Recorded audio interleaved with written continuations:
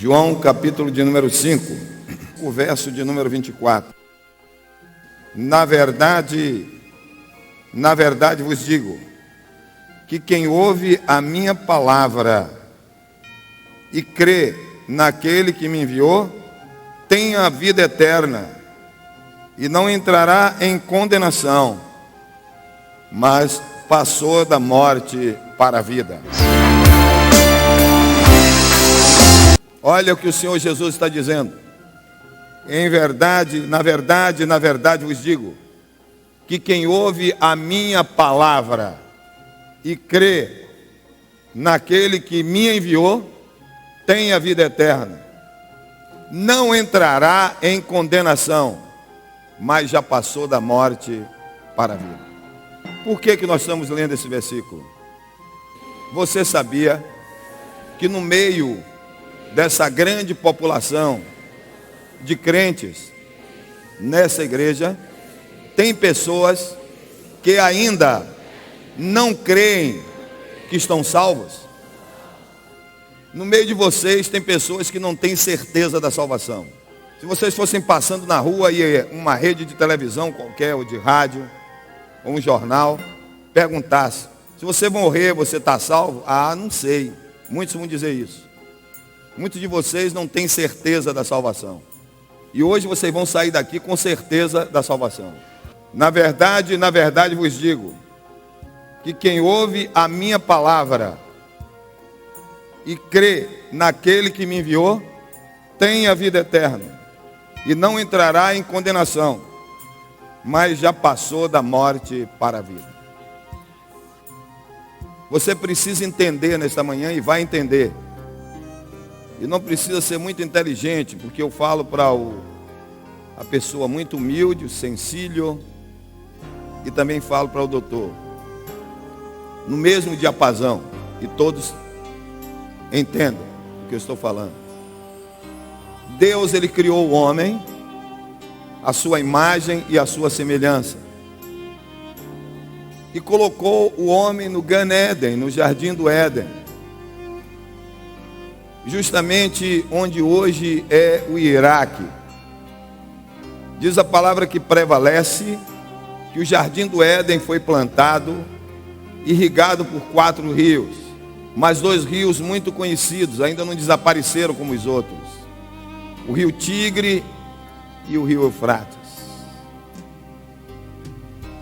Ptolomeu I, um dos generais de Alexandre da Macedônia, com a morte de Alexandre, os seus 4 generais de confiança dividiram o mundo naquela época e passaram a tomar conta do mundo, cada um com a sua porção. E Ptolomeu ficou com o Egito.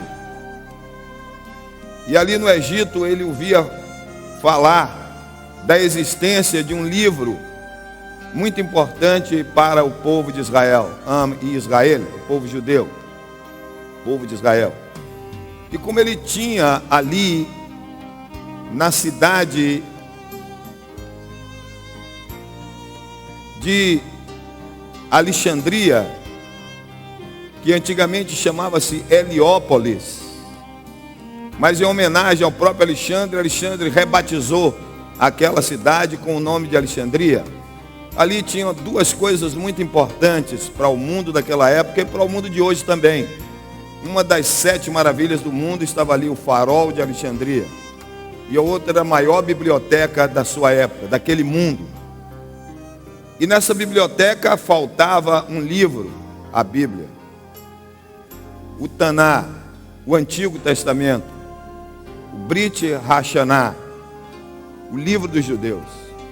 E ele reuniu 72 homens versados no grego e no hebraico, porque ele só falava grego, não lia hebraico, ele queria ler a Bíblia, para que se fizesse a tradução da Bíblia, do original hebraico para o grego.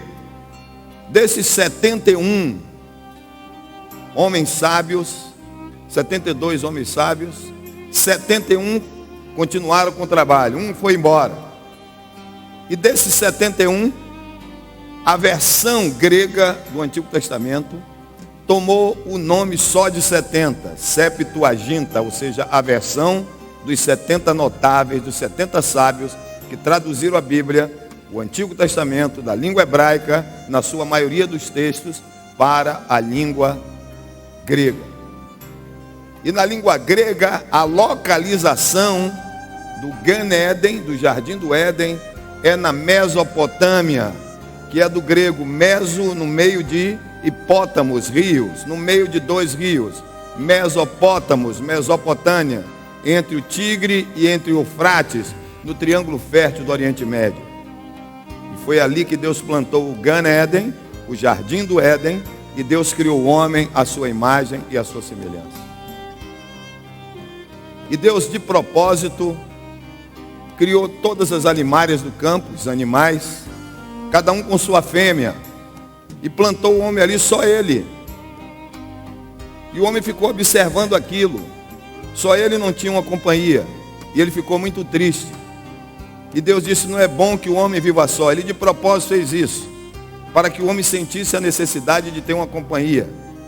Se você tiver com sua esposa do lado, diga assim: olha aqui, esposa, a Bíblia diz que a herança vem do seu pai, mas a esposa vem do Senhor. E assim Deus fez. Deus fez o homem cair num sono profundo. No original hebraico é taderma. Esse sono profundo significa a mesma coisa que um anestesiologista, que o povo popularmente chama de anestesista, anestesiar alguém com trofofó. E a pessoa não sente dor, mas é capaz de estar participando de tudo que está acontecendo. E Deus tirou uma costela de Adão e fez a mulher. Observem que Deus podia fazer a mulher assim, ó. Apareça a mulher, ela aparecia, como podia fazer o homem também. Apareça, eu quero assim, e aparecia. O nome dele é Jeová no Antigo Testamento. Olha para seu vizinho, diga: vizinho. Jeová significa o alto existente, aquele que existe por ele mesmo, o criador incriado, o alto existente que se revela, aquele que faz as coisas acontecerem, o Deus que vivifica os mortos e chama a existir coisas que nunca existiram. Isso é o nome dele. Ele podia muito bem fazer o homem e fazer a mulher só com um sopro nos seus lábios, estalar de dedos. Mas ele fez o homem do pó da terra, do barro da terra. Por essa razão o nome do homem passou a ser Adão. Olhe para seu vizinho e diga: Adão não vem de Adão, que é Senhor, mas vem de Adamá, que é barro. Ele tirou uma costela do homem e fez a mulher. Por que ele tirou uma costela do homem? Só agora, com o cumprimento da palavra profética de Daniel, Hanavi, o profeta Daniel, a ciência se multiplicará. É que a ciência médica descobriu as células mesenquimais, ou células tronco. Para você saber, dentro do osso, do osso de uma costela também, existe aquilo que foi criado no campo, no interior, como eu fui, chama de tutano. Quem sabe você gosta de tutano? Aquele tutano é a medula óssea que tem dentro do osso. E é a medula óssea que fabrica o sangue. E o sangue, olhe para seu vizinho, diga: vizinho, o sangue é vida. Se você tirar todo o sangue de uma pessoa, a pessoa morre. Quando Deus criou o homem e criou a mulher da costela do homem, Ele estava dizendo que estava criando uma vida para o homem. Olhe para a mulher que está do seu lado, olhe para a sua vizinha e diga assim: a mulher é a vida do homem. E é ela quem traz os homens, os seres humanos, à vida. Porque são as mulheres que povoam os céus. Se não existissem mulheres na terra, só teriam anjos nos céus. Mas tem mulheres na terra, tem salvos nos céus. Tem mulher na terra, Jesus nasceu. Tem mulher na terra, eu e você nascemos, tem humanidade. E tem mulheres que são complexadas de ser mulher. Elas se sentem rebaixadas, se sentem sem valor, se sentem que não vale nada, se sentem que gostariam de ser homem. Tem mulheres assim. Elas ainda não descobriram o papel preponderante que ela tem na terra. Ela não sabe o valor que ela tem diante do Senhor, e diante dos homens, e diante de todo mundo. A mulher precisa se apropriar desse mérito extraordinário que Deus deu a ela e somente a ela, o mérito de ser mulher. Ser mulher é uma coisa tão importante para Deus e para todos nós. E Deus diz assim: eu vou criar uma mulher para o homem, uma companheira, que ele seja Ezer,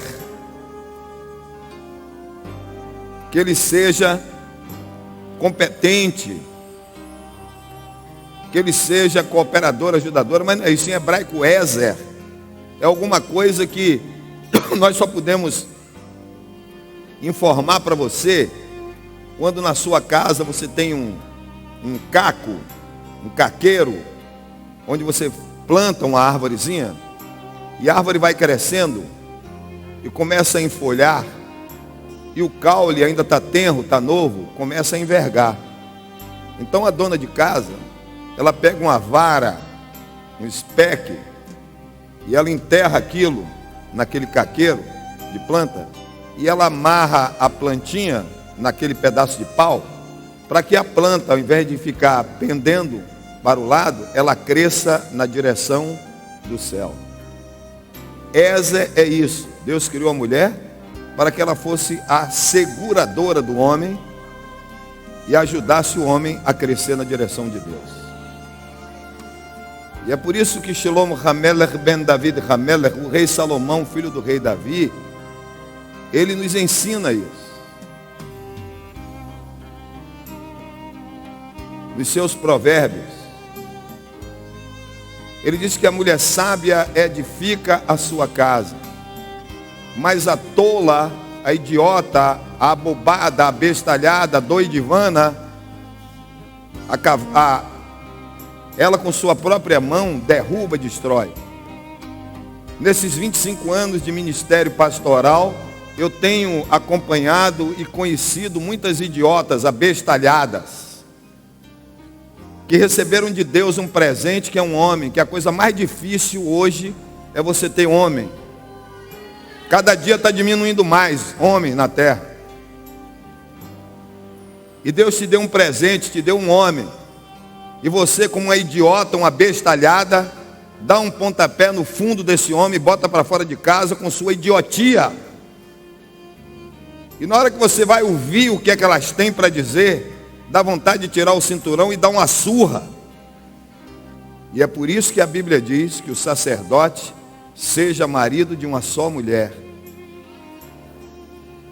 Então, quando eu casei, eu não sabia o que era tratar uma mulher com carinho, com amor. Eu tratava como tratava um soldado, eu era capitão. Tratava como trata um soldado.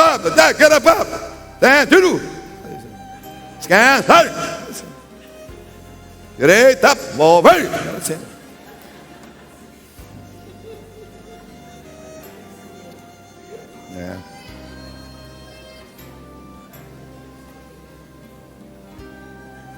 E ela, com a sua inteligência, com a sua sabedoria, a mulher sábia, ela com a sua sabedoria, ela foi investindo em mim, e ela não desistiu de mim. Mesmo quando eu casado com filhos, me prostituí, me enchi de amantes, ela continuou acreditando em mim e investindo em mim. E aqui está o resultado desse trabalho de uma mulher sábia.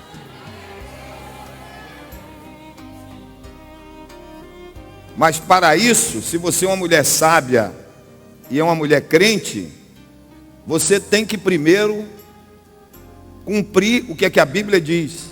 Jesus falando: aquele que quiser andar atrás de mim, me acompanhar, ser crente, ser meu seguidor, ser meu discípulo, ser meu talmido, negue-se a si mesmo. Negar você mesmo é você pegar seu temperamento de mulher e jogar na latrina. Pegar seu orgulho, sua vaidade e acabar com esse negócio. Se ele me machucou, ele magoou. Se você está se negando, se você já foi para a cruz, negue-se a si mesmo. Tome cada dia a sua cruz e me siga. E quem vai para a cruz morre. Então você já morreu para seu caráter, já morreu para seu temperamento, já morreu para seu ego, já morreu para seu eu. E agora você vai viver em função daquilo que Shaul Shalia, o apóstolo São Paulo, diz em 1 Coríntios 7. A mulher casada, ela tem que se preocupar com seu marido. E o marido tem que se preocupar com sua mulher.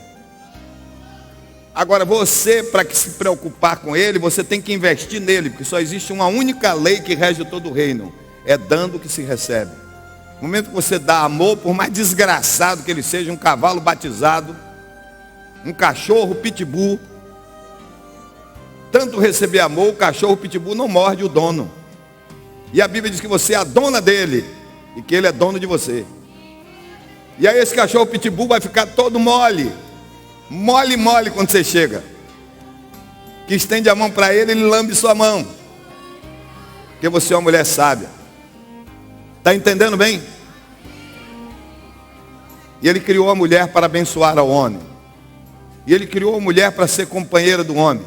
E ele criou a mulher para ser Ezer, para ser aquela que vai ajudar o homem a crescer, a se projetar para cima. Ao invés de jogar o homem para baixo, ao invés de pisar na cabeça dele, ao invés de botar ele para fora de casa, ao invés de agredi-lo, de xingá-lo, porque a palavra branda acaba com a raiva, mas a palavra dura, ela suscita ira.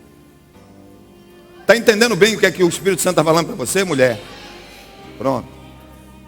E é por isso que ele diz: a mulher sábia edifica a sua casa. Ele não diz o homem sábio, ele não está preocupado com o homem, ele sabe que todo homem é um grosseirão. E o próprio verbo que diz que Deus fez o homem diz nesse sentido: pegou um bocado de barro, jogou lá e saiu o homem. Mas na hora que vai falar em fez a mulher, a Bíblia diz assim: e ele esculpiu a mulher. Ele esculpiu a mulher.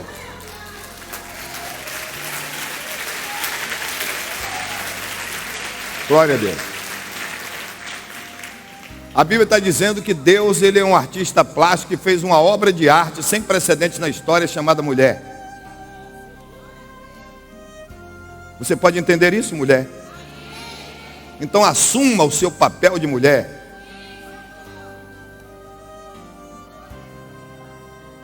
E o homem pecou. A mulher que não é sábia, a mulher que é doidivana, a mulher que é bestalhada, a mulher que é boba, ela destrói o homem.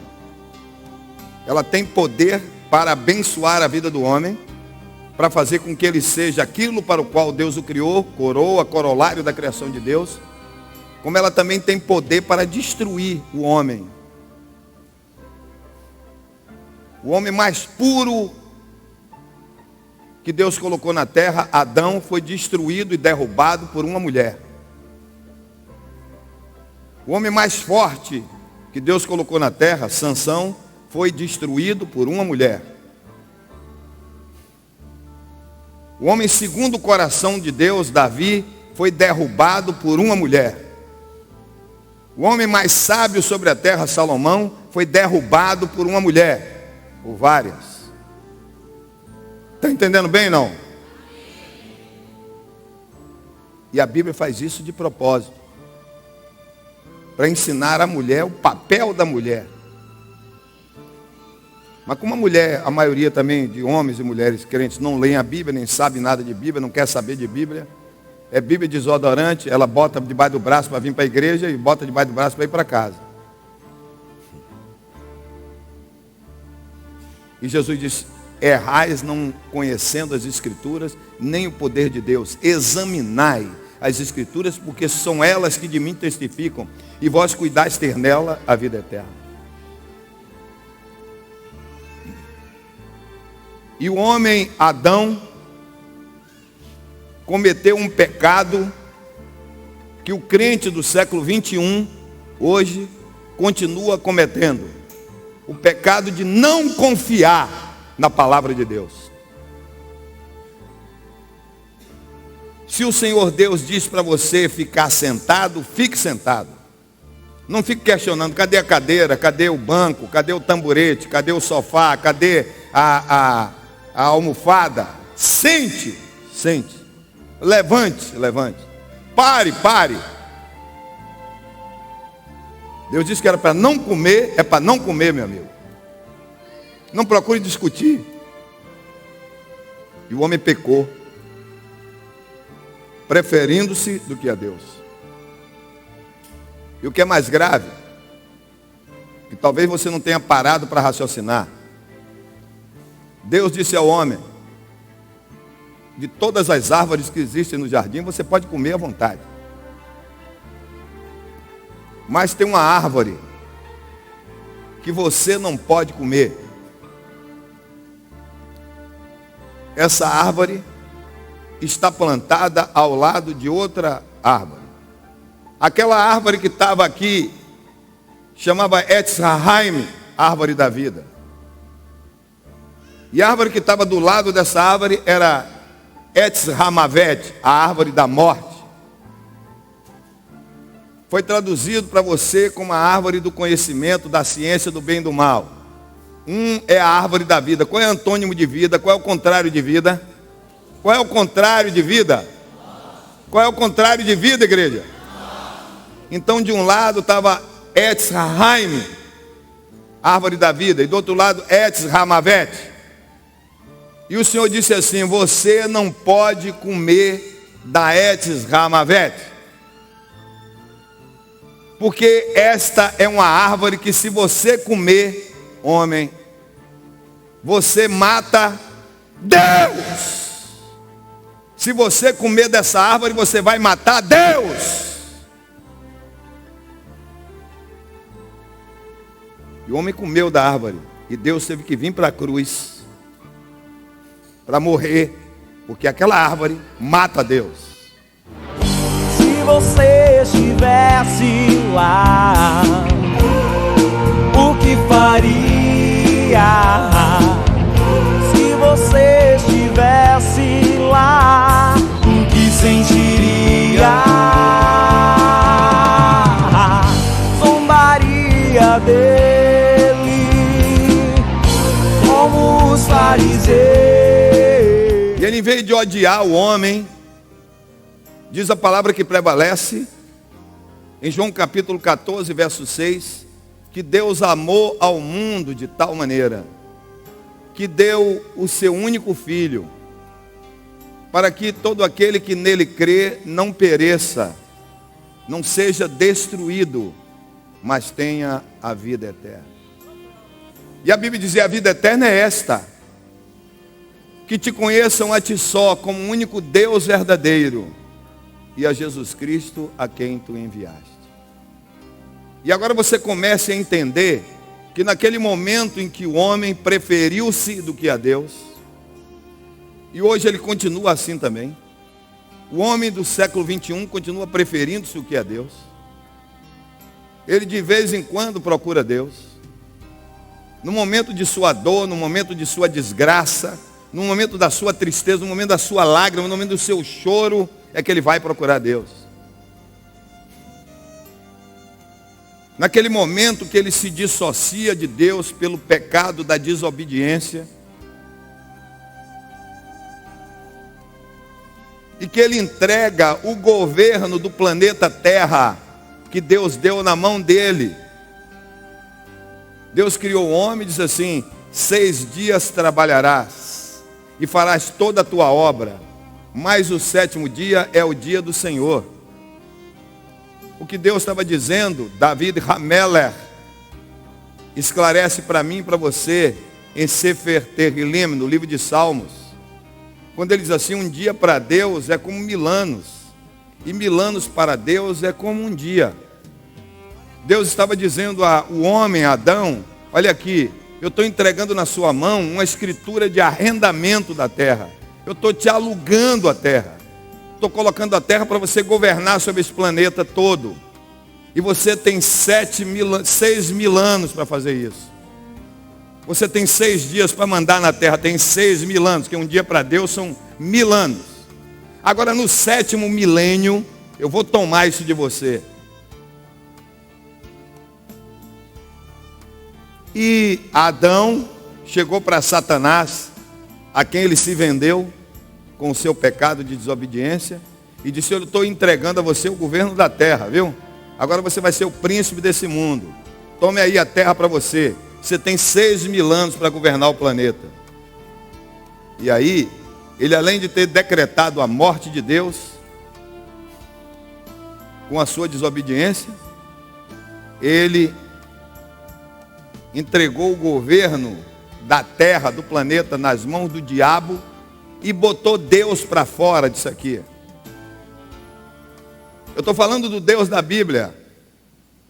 O Deus que em Sefer Irmiaú Hanavi, no livro do profeta Jeremias, capítulo 1, verso 12, ele diz: que shoked ani ali devari la sotó, porque eu velo pela minha palavra para cumpri-la.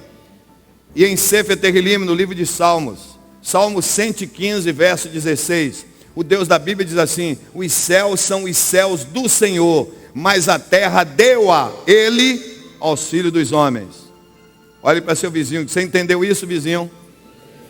Só tem autoridade, só manda, só governa o planeta Terra alguém nascido de mulher. Quem tem corpo físico. Mas o homem entregou o governo a um sujeito que não tem corpo físico, é um espírito. Como Deus é um espírito e governava. E era o dono disso aqui. Mas colocou na mão de Satanás. E é por isso que o apóstolo diz assim: o mundo jaz no maligno. Quando Deus chamou Abraão, nosso pai, para um compromisso, uma aliança através do Brit Milá, com Deus, uma aliança de sangue, de Abraão, olha para a pessoa que está assim, de Adão até Abraão, já se passaram 2000 anos, 2 dias. De Abraão até Jesus, já se passaram mais 2 dias, 2 milênios, 4. De Jesus até o ano 2000, já se passaram mais 2 milênios, 6 mil anos, 6 dias. E agora no século 21 nós estamos vivendo no tempo de Deus. E é por isso que o diabo está louco, querendo levar muita gente com ele, porque já cessou a autoridade que ele tinha aqui dentro. Que Deus, ele é fiel à sua palavra. E você vai ver isso em João capítulo 10, verso 1, quando Jesus disse assim: aquele que não entrar pela porta, no aprisco das ovelhas, mas sobe por outro lugar, é ladrão e salteador. E muitos pregadores e muitos entendidos por aí, entre aspas, como nesse mesmo título, nesse mesmo texto, tem que Jesus é a porta. Olhe para seu vizinho: Jesus é a porta de entrada no céu. Ele mesmo diz: eu sou a porta, aquele que entrar por mim entrará e sairá e achará pastagem. Então, como você lê, aquele que não entrar pela porta, mas sobe por outro lugar, ladrão e salteador, eles acham que Jesus está falando dele como porta. Por que não raciocina? O apóstolo chama a atenção minha e sua para aquilo que ele diz assim: apresentai os vossos corpos limpos em sacrifício puro e agradável a Deus, que é o vosso culto racional. Deus quer que você cultue ele através da sua inteligência, do seu raciocínio. Ele não quer que você seja um fanático, um louco, acelerado. Ele quer que você entenda, compreenda, elucubre, discirna que você vai adorá-lo, porque ele é o único Deus verdadeiramente existente, ele é todo poderoso, ele é o criador de todas as coisas. E observe, comece a raciocinar o que é que ele está dizendo. Aquele que não entrar pela porta no aprisco das ovelhas, mas sobe por outro lugar, é ladrão e salteador. Então Jesus é a porta de entrada no céu. Como é que ladrão e salteador vai entrar no céu, se a Bíblia diz que os ladrões e os salteadores não herdarão o reino de Deus? Então ele não está falando dele como entrada, como porta. Ele está falando de outro tipo de porta, comportamento diferente. Ele está dizendo, aquele que não entrar pela porta no aprisco das ovelhas, mas subir por outro lugar. Quando Shaul Hamelech, o rei Saul, consultou uma pitonisa, aquela mulher pitonisa, ela disse, eu vejo deuses que sobem da terra. Então ela via demônios, porque o inferno está no centro da terra, está embaixo aqui dos seus pés. É por isso que Jesus diz assim, aquele que não entra pela porta no aprisco das ovelhas, mas sobe,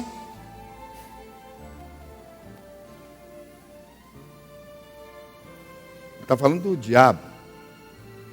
Olhe para seu vizinho, a pessoa que está do seu lado, e diga assim, vizinho, o que Jesus está falando nesse texto?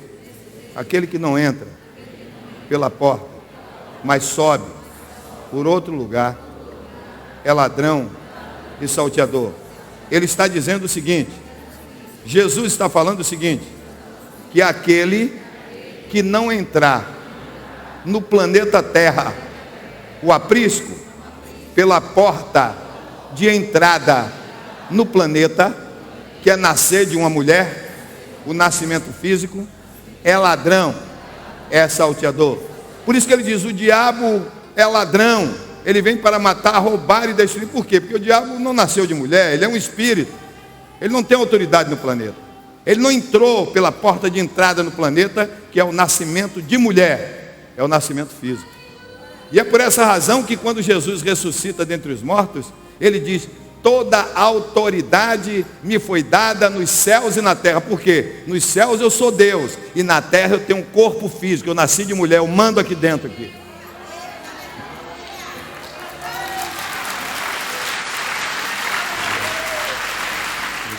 Então o plano de Deus era mandar o seu próprio filho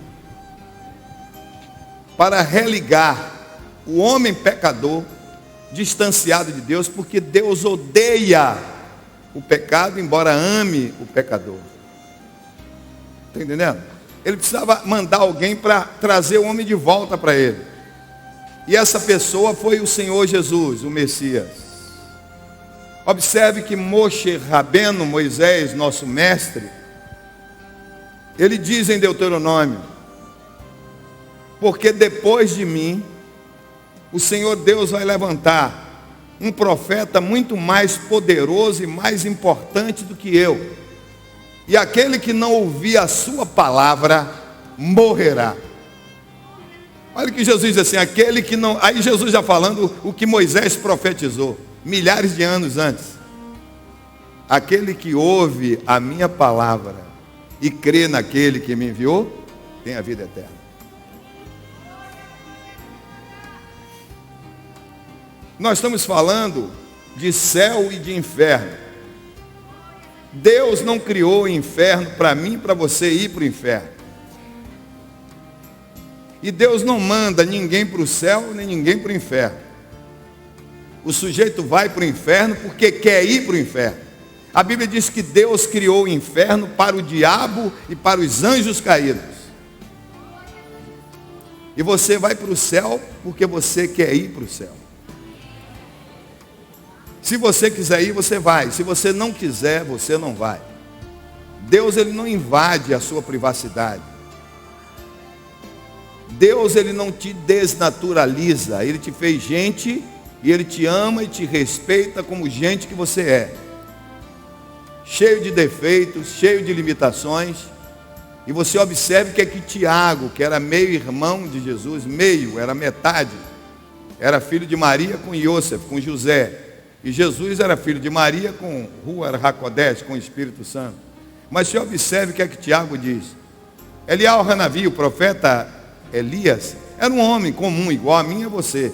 Ele era sujeito a paixões. Mas ele abriu a boca e disse, não vai chover. Até que eu abra a boca e diga que vai chover.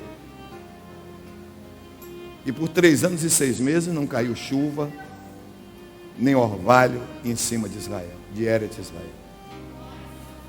Ele não nos desnaturaliza. Ele nos quer como gente. Ele não costuma chamar os capacitados, ele costuma capacitar os chamados.